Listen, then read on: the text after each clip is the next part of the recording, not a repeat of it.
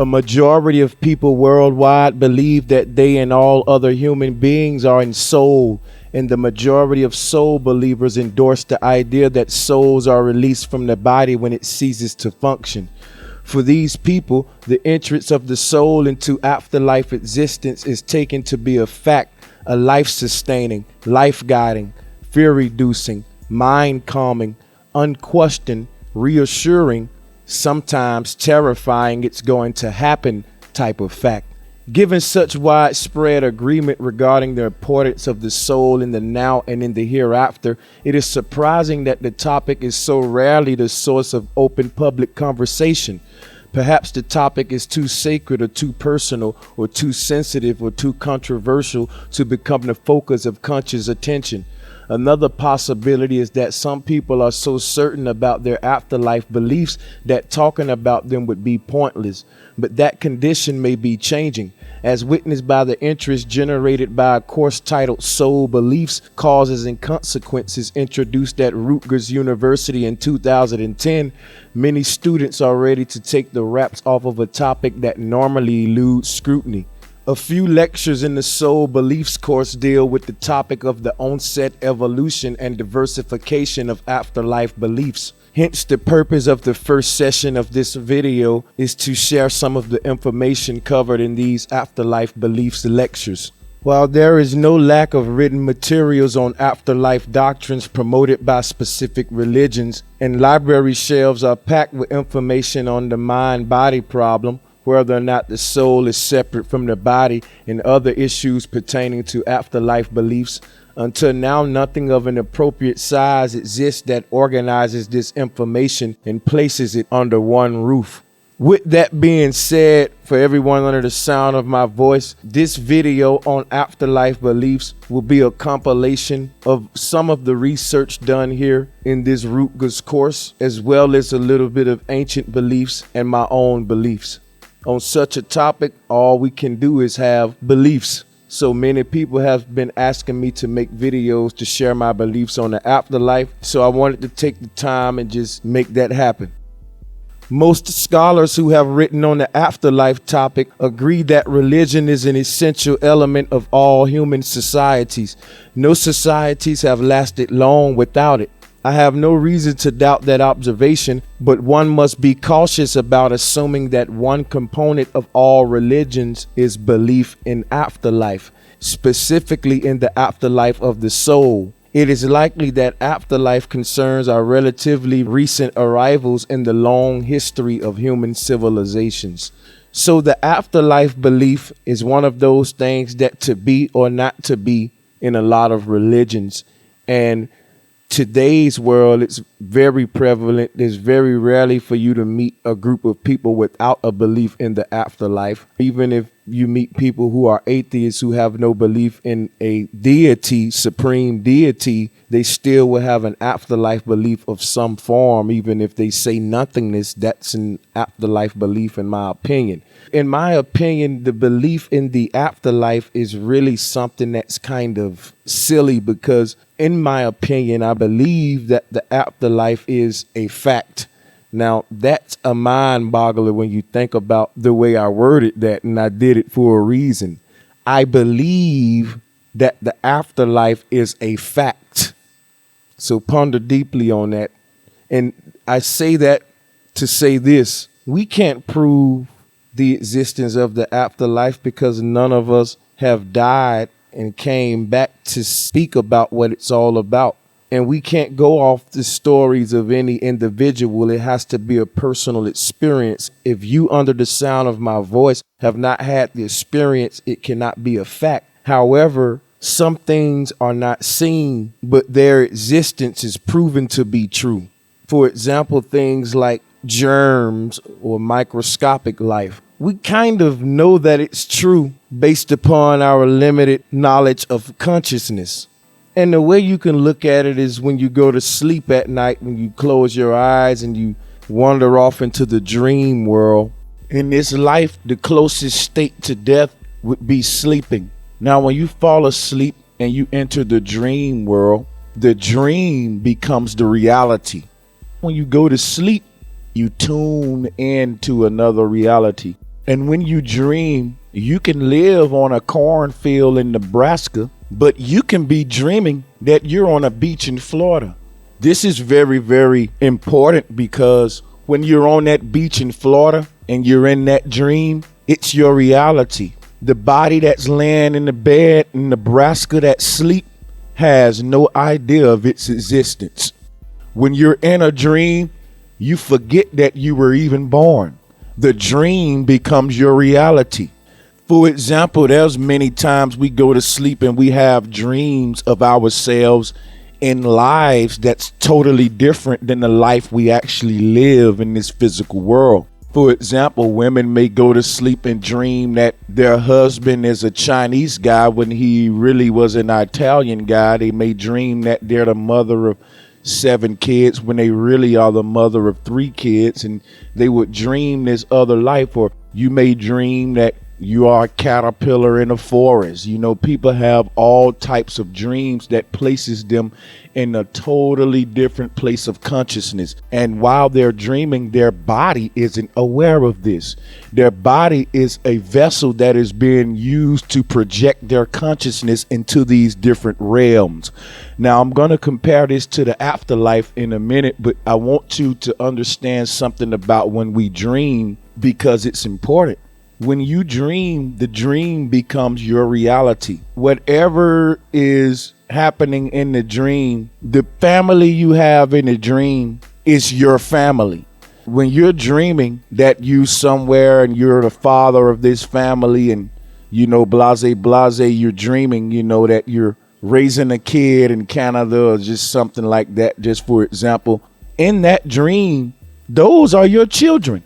In that dream, if someone was to harm those children, you would risk your life for those children who you do not even know in this real reality, because the dream is your new reality and all of your emotions and consciousness have been shifted to that reality. So what happens is if you're a mother and you raising 5 kids, you know you love your children in this world.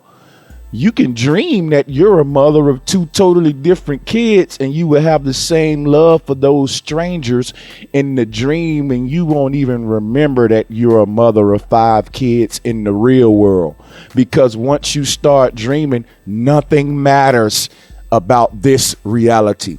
Now, sometimes things that happens in our real life can influence what we dream, but that's a different story. What I'm trying to point out here is that once you are in the dream world reality, very seldom do you have any connection to this world. Now, all of these worlds are the same realm. We're in the same cosmos, but these are different places of consciousness.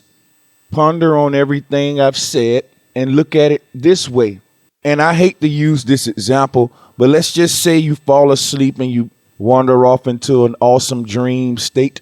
And while you're in this awesome dream, walking the ocean in this other state, someone comes into your house and you never wake up before they shoot you. They do it instantly. And while you sleep, you're dreaming. You're at this ocean and you're walking the sand. But as your body lay there, some intruders enter your house and shoot you and you die instantly. You never awaken from that dream. Who's to say you won't be trapped in that dream, living a life and totally unaware that you were even living this life? Because when you fall asleep at night, your job, your mother, everything about this life is slightly altered if it's even present in the dream world. What I mean by that is often when we dream about real life things and real life people. Like you may dream about you and your cousin walking to the store. And of course, your cousin exists in this life. And this is a person that really exists, who you pondered in the dream state.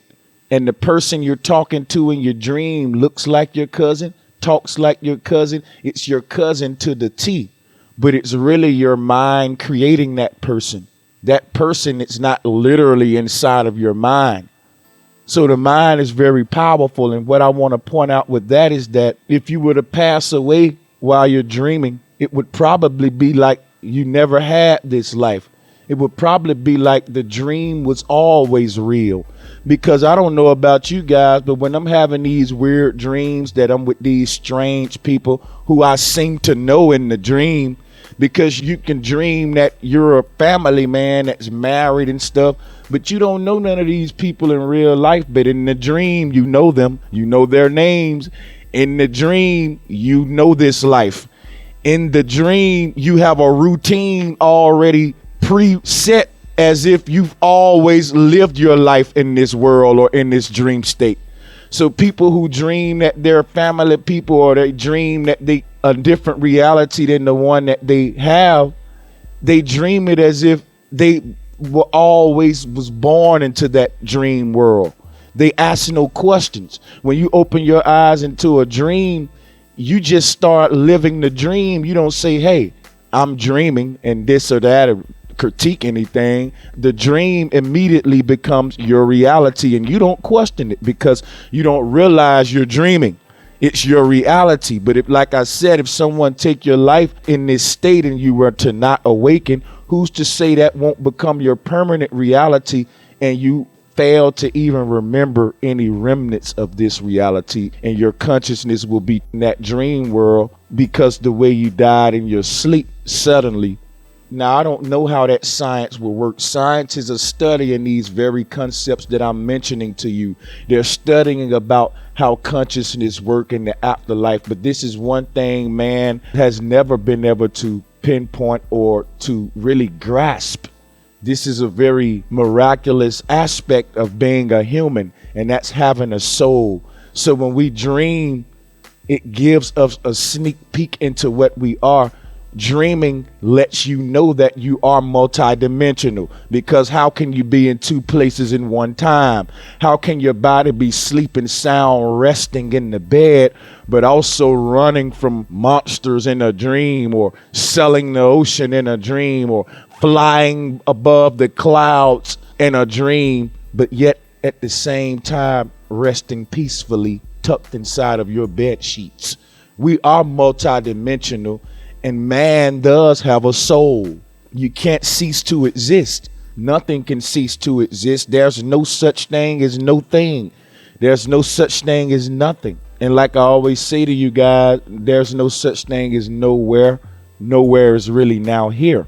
And when we talk about the afterlife, we look at the dream world the way I just explained it. You can see what I mean about my belief of the afterlife. I believe we leave one state of consciousness and enter another, just like we do when we pass off into the dream world in sleep. So it's not where do we go, because when we dream, we don't go anywhere. We're still in the bed. Okay, we're just tuning into a different state of consciousness. And this is what makes us multidimensional, because we can shift that consciousness wherever we desire. This video is strictly on afterlife, but the two are related. I do want to do a video solely on dreams, because there are some times where we dream where we are aware that we are dreaming, and that's called lucid dreaming. There's also a form of lucid dreaming called astral projecting, where you do this at will, meaning you say at night, I'm going to go to Canada in my dream. And you do that. There's some people who've mastered astral projection so well that when they go to sleep, they enter different worlds of their choice. So sleep is always exciting to them. They close their eyes at night and they say, hey, I want to go to Hawaii tonight. So most of us go to sleep and it's just blackness, and we wake up. There are certain people who've mastered this macabre science so well, and astral projection so well, that before they go to sleep, some people even meet up together. There are couples who mastered and sync their bodies so well and practice these spiritual sciences so well that they've arrived at points where now, before they go to sleep, they can say, hey, we're going to meet up in Florida in our dream. And we're talking about people who are tuning their consciousness in the same places, and people who are meeting up in their dreams, having experiences and waking up talking about it.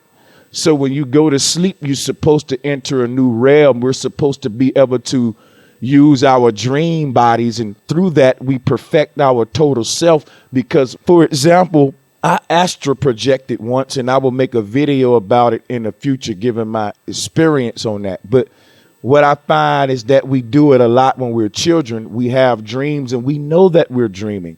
When I was a child, I used to have dreams that I'm on the beach, and when I realized that I'm dreaming and I know I'm dreaming, I would just go crazy in the dream because I know it's not real. I would just hit people and, just wild out because I know it's not real. It's a dream. And I used to love those dreams when you fall asleep and you start dreaming and you say, wow, I'm dreaming. When you're a child, you do that very often. And imagine the possibilities. If you're able to do that, you can enter the dream world consciously, knowing that you're dreaming. You can master the most innermost fears and innermost things about yourself. So, for example, if you have a fear of heights and you know how to astral project at will, you can go to sleep and astral project yourself on top of the tallest building in the world and jump off of it. And that will make you face your fear of heights. I mean, you're dreaming, you're not going to die.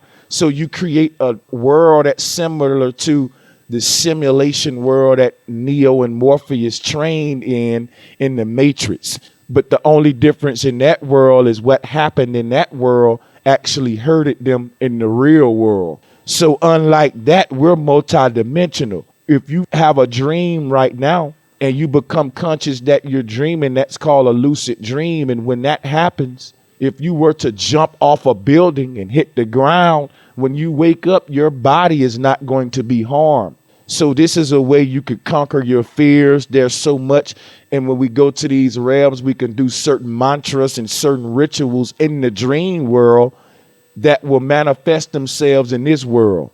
So when you start astral projecting, you can go into the astral world and do a ritual there, and it will manifest itself in this world. Now, we'll get deep into stuff that I have for the future for you guys. I just wanted to do a segment of this afterlife video touching on the dream world and the afterlife briefly. So now I'm going to move on and get back into the afterlife. And hopefully you guys can see how that tie into our multidimensional selves and how it relates to the dream world. So let's get some more of these eye-opening revelations. So when we talk about the afterlife, this ties into our loved ones who passed away, our deceased ancestors. You have a lot of communities who have societies based around contacting the dead and contacting spirits that supposedly passed on into the afterlife.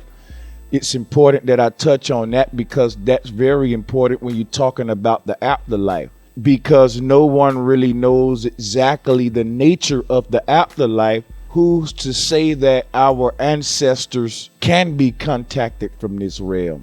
Now, in my humble belief, I definitely believe they can, because no living organism is separate from the nets. I look at everything in existence as an expression of the all. When we talk about the afterlife and deceased loved ones, we have to understand that ancestor worship was a common feature in the ancient world. When you say the word ancient and you say the word ancestor, they have the same root, which is the Ankh, the ANC, which is the symbol of life, the symbol of eternity. It's also the symbol of our cosmos. So ancestor worship was a common feature in ancient day.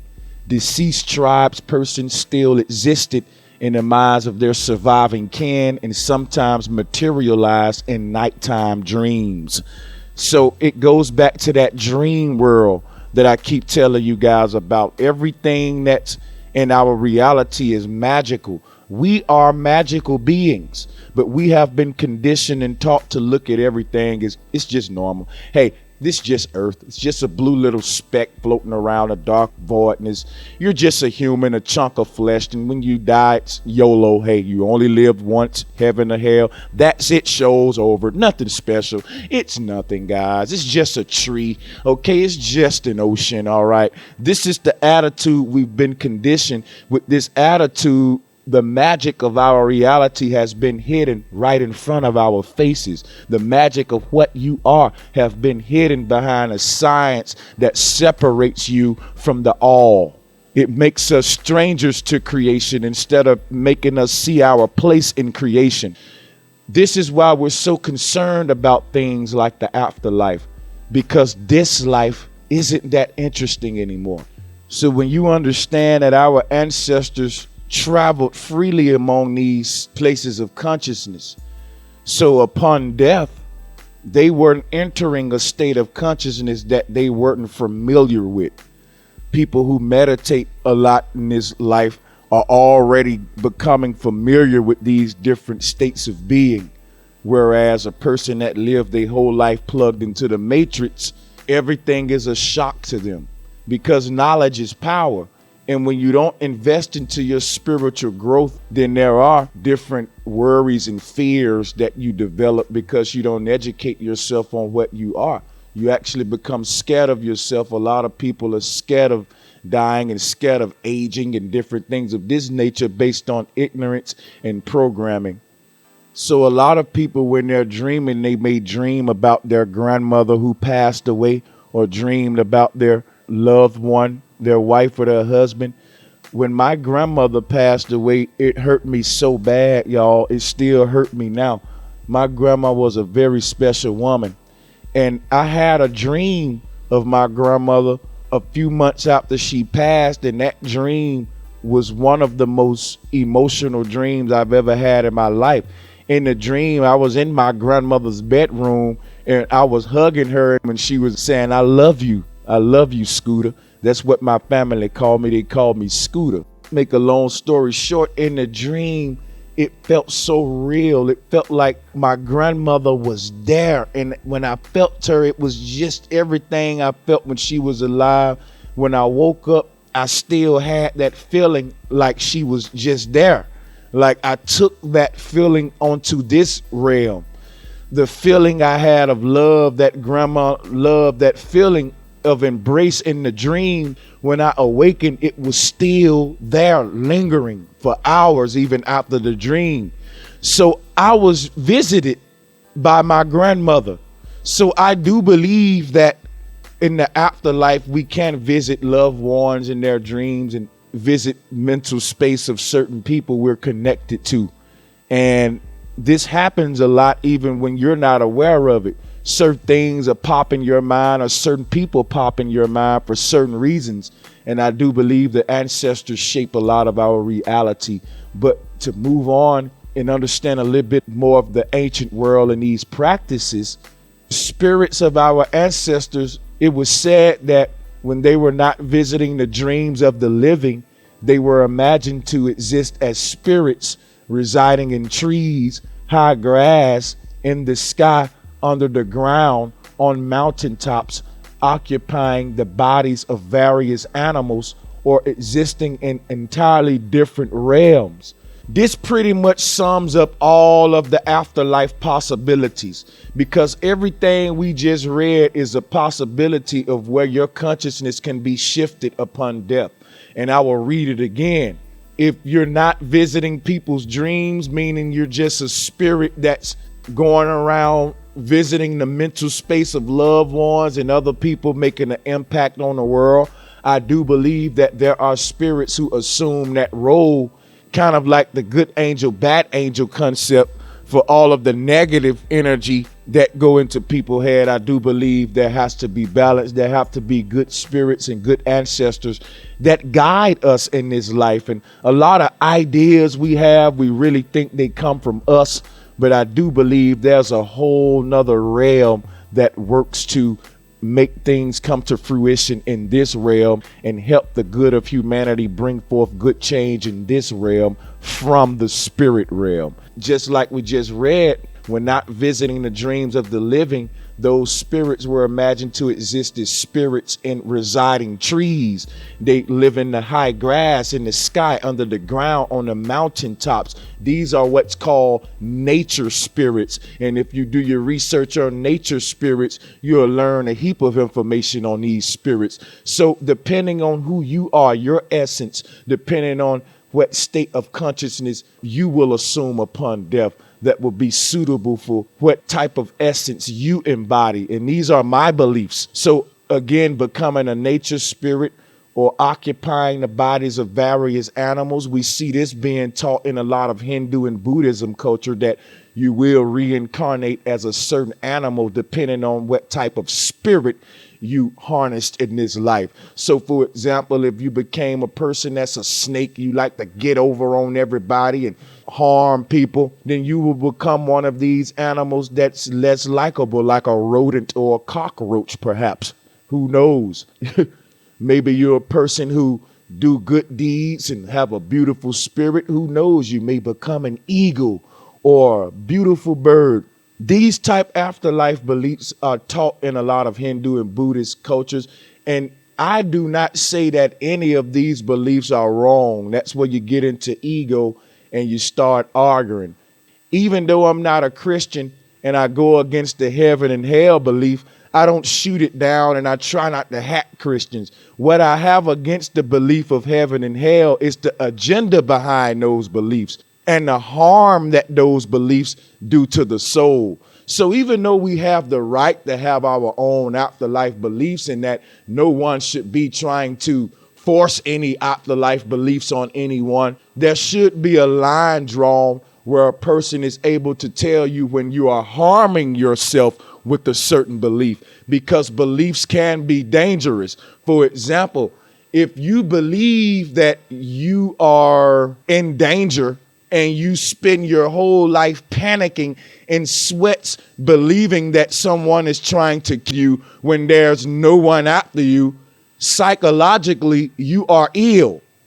So there comes a point, there comes a line that has to be drawn where your belief reaches a point where it can become dangerous. So there's nothing wrong with having healthy beliefs, but there are such things as dangerous beliefs. And the bulk of the beliefs that run humanity and creates this world of chaos where we are ruled by these elite people, the bulk of these beliefs are dangerous beliefs.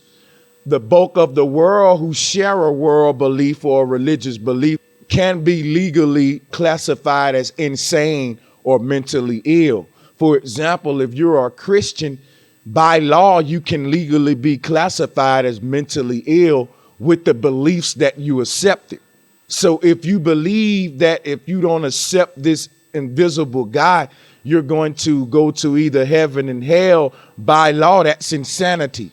If I created a new religion right now, just like we see all of these religions around the world, and I told a person, hey, if you follow me, when you die, you're going to have a golden mansion, a golden robe, and you're going to exist in a heaven that I made for you where can't nobody else come. But if you don't listen to me, you're going to be tortured by little green men.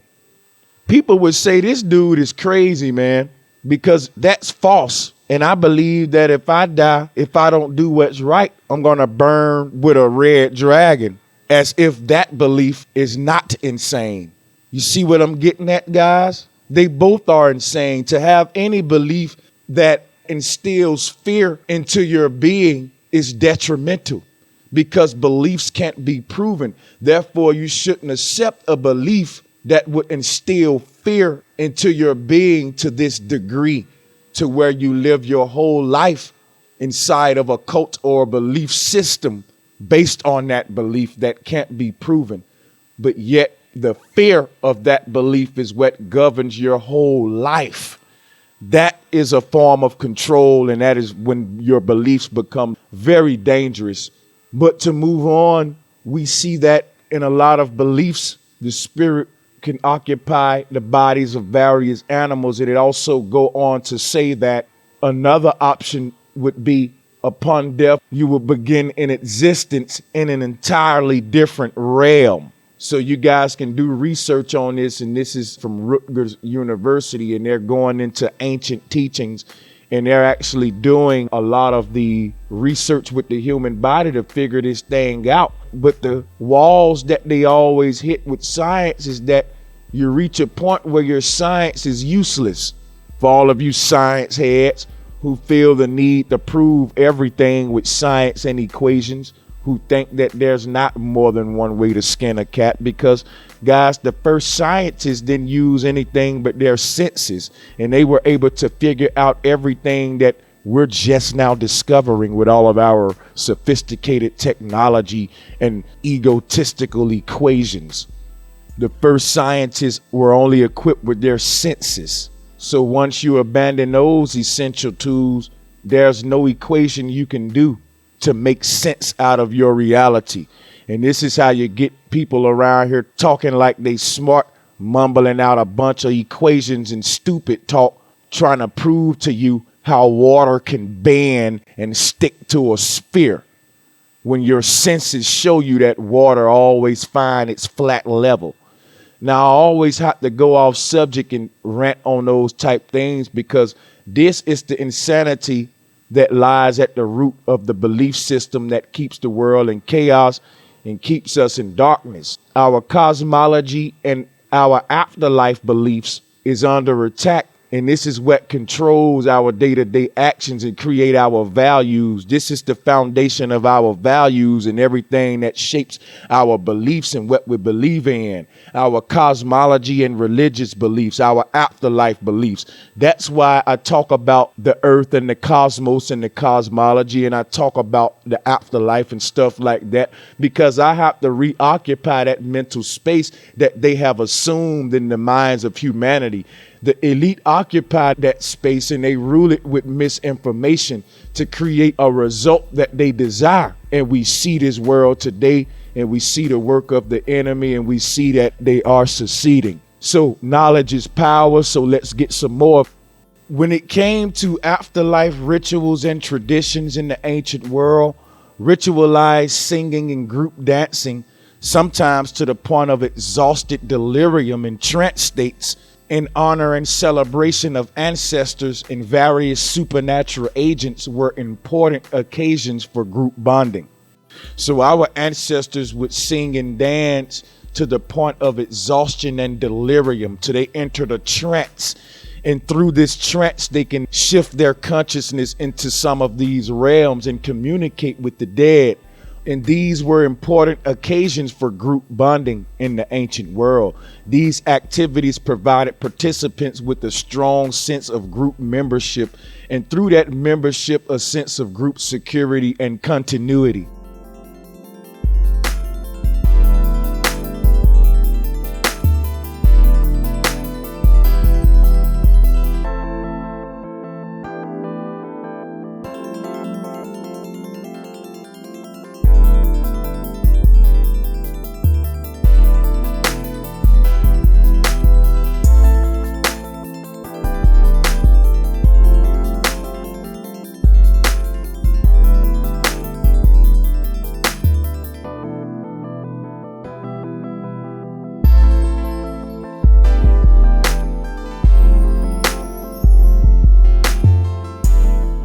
There is no evidence we know of suggesting that tribesmen look forward to dying so they could finally get respect. Living persons existed in bodies, and dead people became spirits. And foremost on the agendas of both the living and the dead was the unity and cohesion of the tribe. So when you start researching ancient afterlife beliefs and you end up in the period of hunters and gatherers, you will find out that some hunter and gathering tribes still in existence that have been studied intensively are minimalists in terms of afterlife beliefs. For instance, the Hadza of northern Tanzania take death as a matter of due course. People are born, they live for however long they live, they die, and that's it. It's a very minimalist approach, and we see this in a lot of hunting and gathering tribes. Burial rites are simple, and beliefs in an afterlife don't seem to exist. So there are other beliefs that doesn't consist of an afterlife. But again, it's kind of impossible, because if you ask them what happens when you die, they say nothing. How would you explain that? Would it be blackness? Would it be, it seems as if there has to be a place for consciousness to be. At the end of the day, these are all beliefs And that's all we can do on this subject. This is very interesting stuff. I like to take all of these beliefs and blend them together and just kind of stay at a midpoint with it and keep the possibilities open and see the beauty and the positivity in them all. Okay, because if you're a good person and a good spirit, no matter what happens to you upon death, always remember that the Most High is in control. So whatever happens gonna be for your good. Even if some people say, well, when you die, you're gonna come back as a giraffe. Well, if that's what the Most High want me to come back as, it's for my good. The Most High ain't gonna do nothing that's for my bad, because I'm an expression of the Most High. The Most High isn't going to hurt itself. So if the Buddhist belief is correct and they say, hey, Brother Sanchez, the way you living, the Most High gonna make you come back as a rat. Well, if that happened, I will be happy with that. See, the way I'm living my life, I'm learning to embrace everything with a smile, but I ain't gonna let nobody do me wrong. What I mean by that is that embracing things we can't control and understanding that the Most High is in control and that we can't understand everything. There's some things, y'all, that the smartest man in the world can't work out, can't figure out, because none of us are the Most High. So until you become back one with the source, we're just all expressions of the source on a journey to gain back that understanding of the all. There's only a few afterlife beliefs that I go against. And like I said, those are the ones associated with world religions. And I go against those because they were created with the specific agenda in mind. These are dangerous beliefs that was created as tools of war. The people who created these beliefs of the afterlife, of hell and all of this stuff, wanted to instill fear in those people who they held captive. See, your belief in your afterlife belief has a lot to do with how you're going to live life. You see, the people who didn't have a belief in a place called hell, and they didn't have this belief in this modern idea of the beliefs that we have today in prevalent religions like Christianity, for example. Prior to all of these beliefs, there was no concepts like YOLO. You see, a concept like YOLO can only be possible in a society that's Christian, in a society that teaches you upon death, that's it, heaven or hell, buddy. So that's YOLO in a religious form. You only live once. That's not the ancient truth. That's a concept that's based off of a modern lie. And these afterlife beliefs create the kind of world we see today. The concept of YOLO is you better ball out. You better do what you can, all you can right now. Get over on everybody you can get over on. Screw as many women as you can screw and party it up as many nights as you can party it up, because you only live once. You look at people with these type of beliefs, they are hoarders. They are greedy people. You look at some of these rich pastors. They have the YOLO lifestyle. You see, we have this society, this world based off these afterlife beliefs, and these beliefs create the reality we see. Everything from our cosmological beliefs to this YOLO afterlife mindset that the world has. And it's like, screw the earth, screw the now, screw life right now, because, hey, when I die, I'm going to walk streets of gold, baby. So I don't care about polluting the ocean, because when I die, I'm going to a golden mansion, buddy. I don't care about the polluted water that I'm going to leave behind for my children to drink, because when I die, I'm getting a golden crown from Jesus, baby. This is the mentality that we have. Y'all know it's true. Okay, y'all know it's true. Now let's move on. This is a very interesting point we're at right now. We're talking about the hunting and gathering age, and we're exploring some of these tribes' afterlife beliefs, and we're finding out that they had minimal afterlife beliefs, and that pretty much their beliefs is you live, you die, and that's it. And you can go deep into how this process works in their philosophy.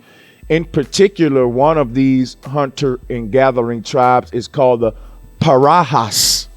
And they have an interesting philosophy on the afterlife. They are one of these hunting and gathering tribes that doesn't have an afterlife belief. But however, they will start explaining to you exactly their philosophy and their Belief.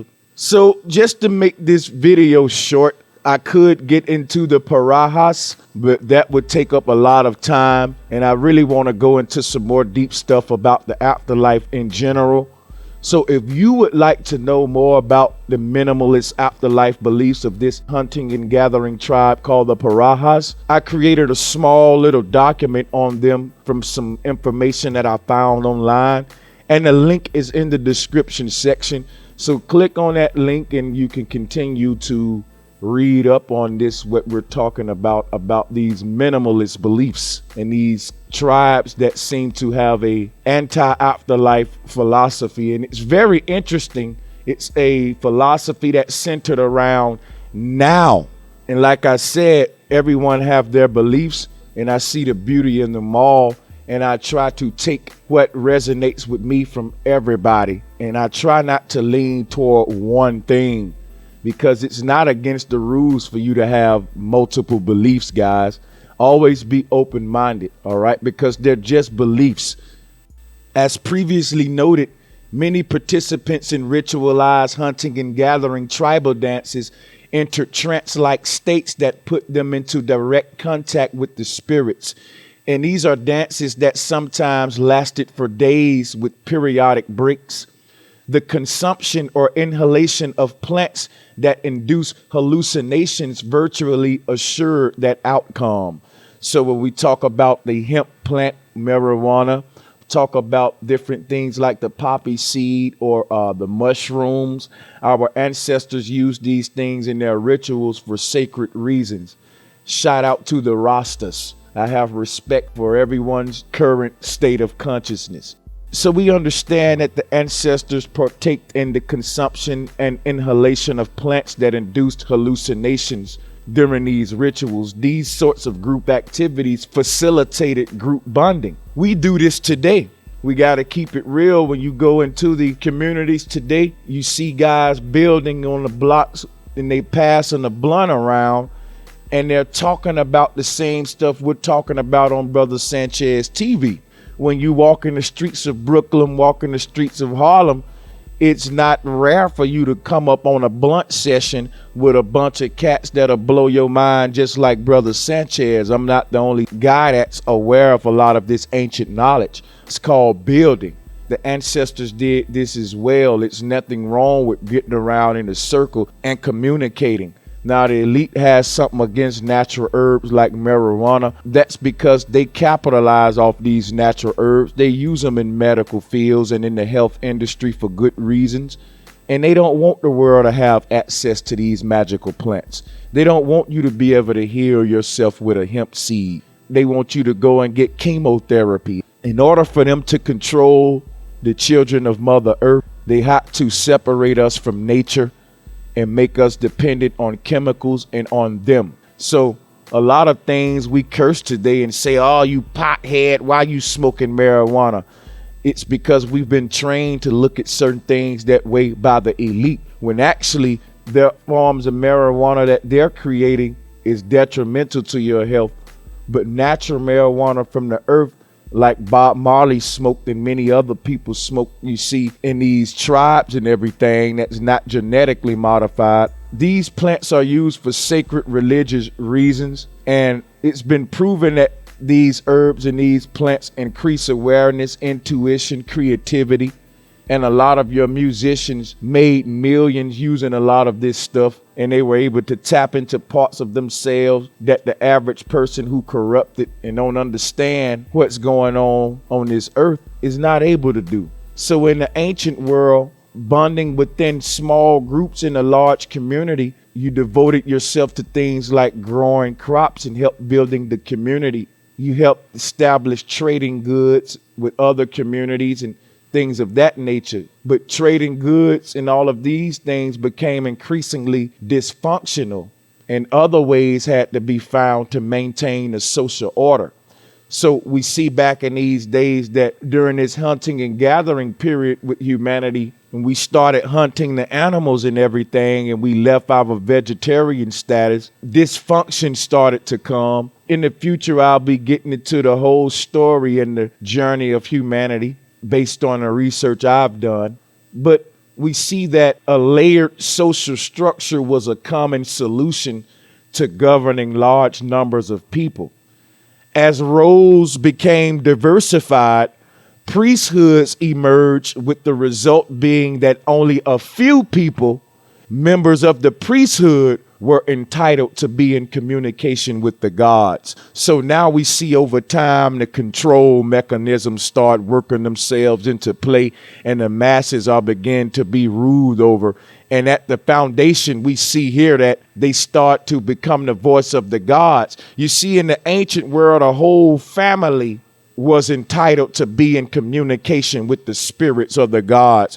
Whereas today you have a man of God who stands on a pulpit above a congregation, and he is the man of God, and everybody follows him in this sheeple type society. The correct way to have these type gatherings is for everyone to form a family circle. There is no one person above the group.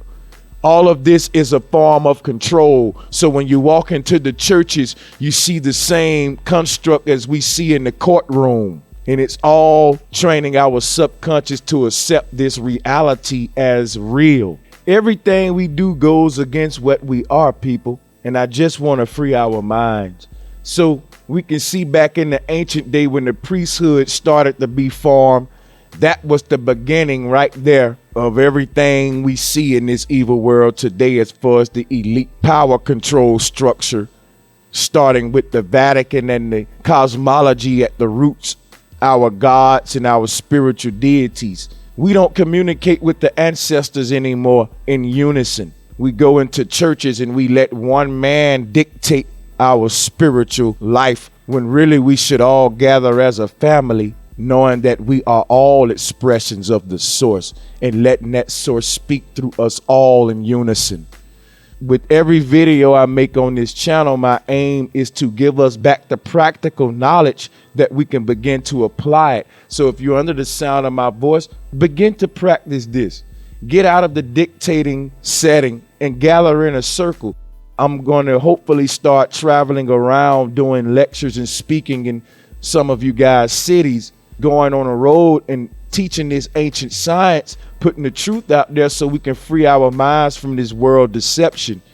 Because this is very important stuff. Our spirits are in bondage, and the truth is the only thing that can set us free, but not everyone have the truth. So with that being said, when I get on the road and begin to do presentations, my setting is going to be very different than the setting we see in a lot of conscious communities.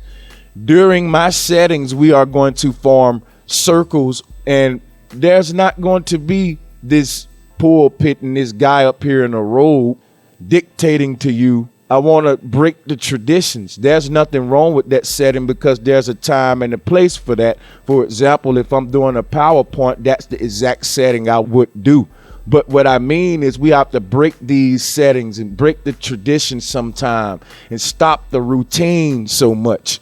And sometimes just come together in a circle, no particular form. Open our minds. I like that type of stuff. You know, I remember coming up as teenagers, we would have these type conversations at the church. When I was in the church, we would talk about different things about God, and we would go into deep realms of thought. We would stay up, lose track of time. You look up and it's 4 a.m, crickets chirping, but you don't care. You in this build and your spirit is being fed.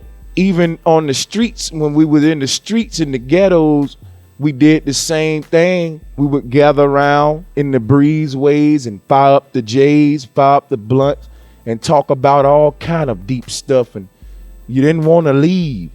This is not new practices. The ancestors had these ciphers, and this is remnants of that ancient practice we see carried out in our reality. It's just that the subject matter that dominates these ciphers keeps us in darkness. But with channels like mine, I will begin to give us back the ancient truth and get us out of fear and spookism. So with you guys support and help, if you support this channel, I really appreciate you, especially my patrons. This knowledge gonna get spread whether these deceivers like it or not. We know that hunters and gatherers had to engage in a form of mental time travel as they use the skill to predict the arrival of fish or when animals are likely to migrate. Also, farming requires planning. Memories of what worked in the past guide predictions of what is likely to happen in the future. So, for example, herding was a seasonal activity, and people had to think about things like what is the size of the manageable herd, where are the best pastures, and what time of year is most appropriate to visit or leave them. The storage and preservation of food also requires sophisticated forethought. So the point here is the more one engages in future thinking, particularly the kind of future thinking that includes projecting images of oneself into the future, the more likely one is to wonder about the fate of that projected image of the self after the body dies. So we see a lot of afterlife beliefs that instilled fear popping up during the hunting and gathering age of humanity. And it makes perfect sense. If you look at all of the religions, they tell you that at one point in the beginning, man was vegetarian. For example, in Christianity, in the Garden of Eden, Adam and Eve were fruit-eating humans. They did not eat any of the animals in the garden. In fact, the animals did not eat each other. You see a world that was solely vegetarian at one time, and this can be proven because the oldest skulls we find on Earth doesn't have fang teeth. So fang teeth is a new thing that we see in the human skull. There are many people to this day who still don't have fang teeth. So we see that fang teeth came as a result when we became hunters. We were always earth people or some form of gatherers. Adam and Eve weren't really hoarding a bunch of fruits. Whenever they were hungry, they got it from the tree.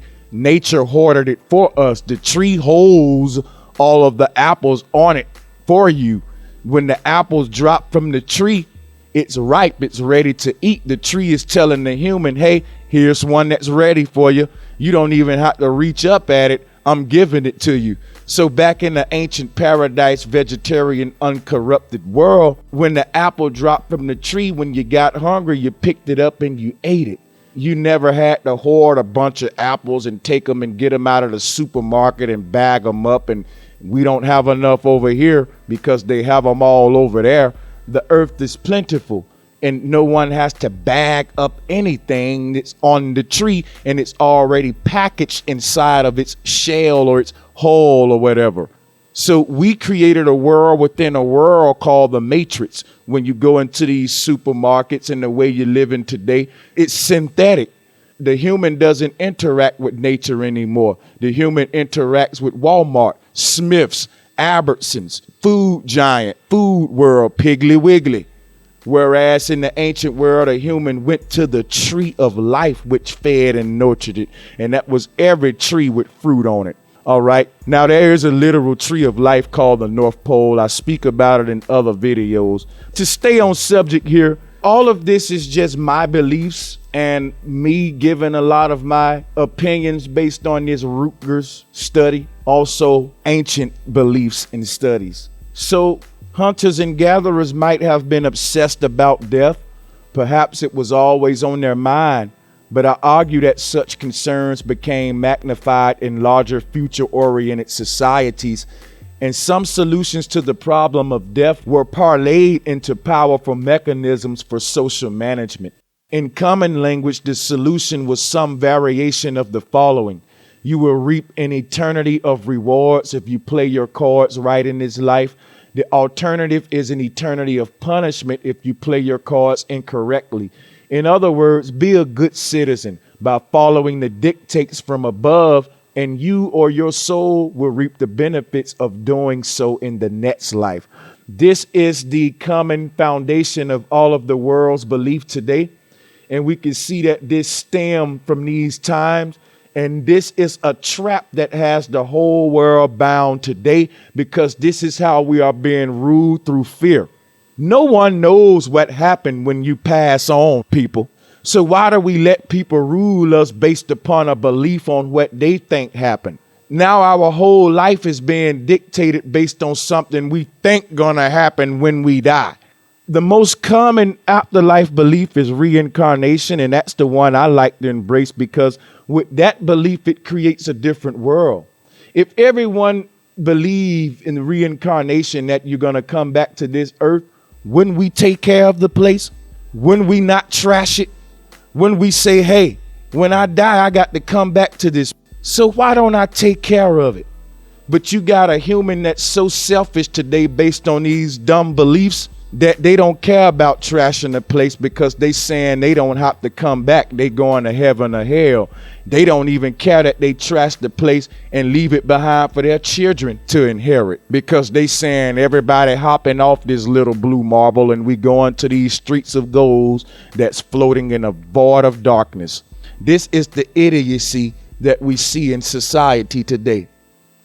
People, we got to wake up. We are living in an illusion. We have amnesia. We have to wake up. When you see somebody, shake them, put some knowledge in their head and get them out of this matrix. You are Morpheus, okay? And we got to go out here and awake these people. So this is what we see today.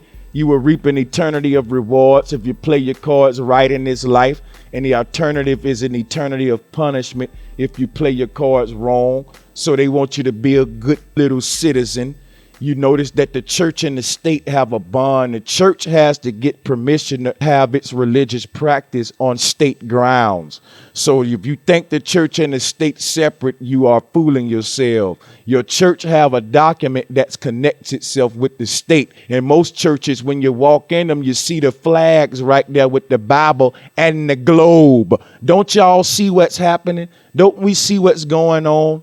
They rule over humanity by shaping the belief of our afterlife. That belief you have of an afterlife isn't your own. It's a belief that's shared by a mass crowd, and this belief came from a group of deceivers who had an agenda in mind when they created these afterlife beliefs that are so widespread today. And that agenda was creating fear, was getting you to conform. If you don't do what we say, you're going to burn in hell. And this Bible was given to you by imposters like King James and all of these people who wanted to create a world of control that we have today, where no one cares about nature or themselves. These religions also teach us we're cursed and that the earth is cursed, as well as telling us if we don't do what they say, we're going to burn. But if we do what they say, they're going to give us gold and all of the worldly things that we can attain in this life. They have us looking forward to these things in the afterlife while we trash this world. You can achieve a street of gold in this world, but they got you looking forward to it in the afterlife. And they're controlling your whole life based on these beliefs. People, we have to wake up. A guy by the name of Nicholas Wade summarized these observations, and he wrote, in the ancestral religion, people commune directly with the supernatural world through dreams and trances, not through the mediation of priests. They ask their gods for practical help, such as good hunting, children, or health. In many modern religions, priests direct people's attention toward an afterlife, with instructions to focus their present lives on deeds that would secure rewards beyond the grave. In short, adherents of the ancestral religions sought to secure survival in the real world. Those of modern religions are more focused on salvation in the next. So, to make a long story short, Nicholas Wade just summarized basically what I'm telling you guys. In today's world, a priest direct your spirituality and control what you believe happens in your afterlife. This is a part of your mind that should not be occupied by any priest. This is a personal part of yourself that you are surrendering to these controllers. So based upon what you believe will happen to you in the afterlife, they can dictate what you do in this life, and you will live your whole life based upon these beliefs. On the other hand, in the ancient world, the ancients communed directly with the supernatural world through dreams and trances, not through the mediation of priests. And not only that, the ancient people sought to secure survival and to batter the real world with their belief systems. In other words, the ancients didn't seek to gain control over the masses, they didn't create any belief systems that will have that attached to them. Their belief systems were centered around maintaining and preserving nature and the progression of humanity. Today's belief systems are simply designed for control purposes. There's a good deal of disagreement on critical issues like what constitutes the soul, where it goes after it is released from the body, what rituals are required to assure its safe passage to eternal life, what actions in this life result in the soul being either punished or rewarded in the next life, and etc. Beneath all the debates and uncertainty, one thing seems certain. Matters related to the continuation of life after death have occupied the minds of our ancestors at least since the rise of agricultural societies. Just how many thousands of years ago is not known due to the lack of written records. But if inscriptions on clay tablets count, we know that Gilgamesh, on one leg of his epic journey, sought the secret of immortal life and was told to give it up because the gods had ordained that human life is only temporary. Now you guys can do more research on the Epic of Gilgamesh, and you can do your research on the clay tablet inscriptions. I just had to bring it up because it's very necessary to bring up in relation to this topic. There's a lot more information to this topic as well, ladies and gentlemen. So if you would like to continue your research after this video, just get in the description links because there's a lot about this subject and you can't get it all in one video. So at this point, I'm gonna go ahead and close this video out. I really appreciate you guys for tuning in. This was just a general video where I really addressed all of the direct points about the afterlife and give some of my beliefs. If you would like more videos that I've done about the afterlife, just explore the channel because in a lot of my videos I go deep into my beliefs even deeper. Stay tuned because there is a part 2 to this video. For those of you who want to continue with me and learn the different afterlife journeys of different cultures, then click on the annotation on your screen and join me over on part 2, where we will start with ancient Egypt and we will go on to different cultures like ancient Greece and etc. And what I will be doing is basically reading to you each of these cultures' personal afterlife belief in detail. Okay, so join me guys, part 2, and let's talk about afterlife beliefs in various ancient cultures. Again, thank you guys for tuning in. Shout out to all of my patrons. So if you are interested in joining our family of patrons, that link will be in the description as well. Remember guys, new uploads every Thursday. Peace and much love.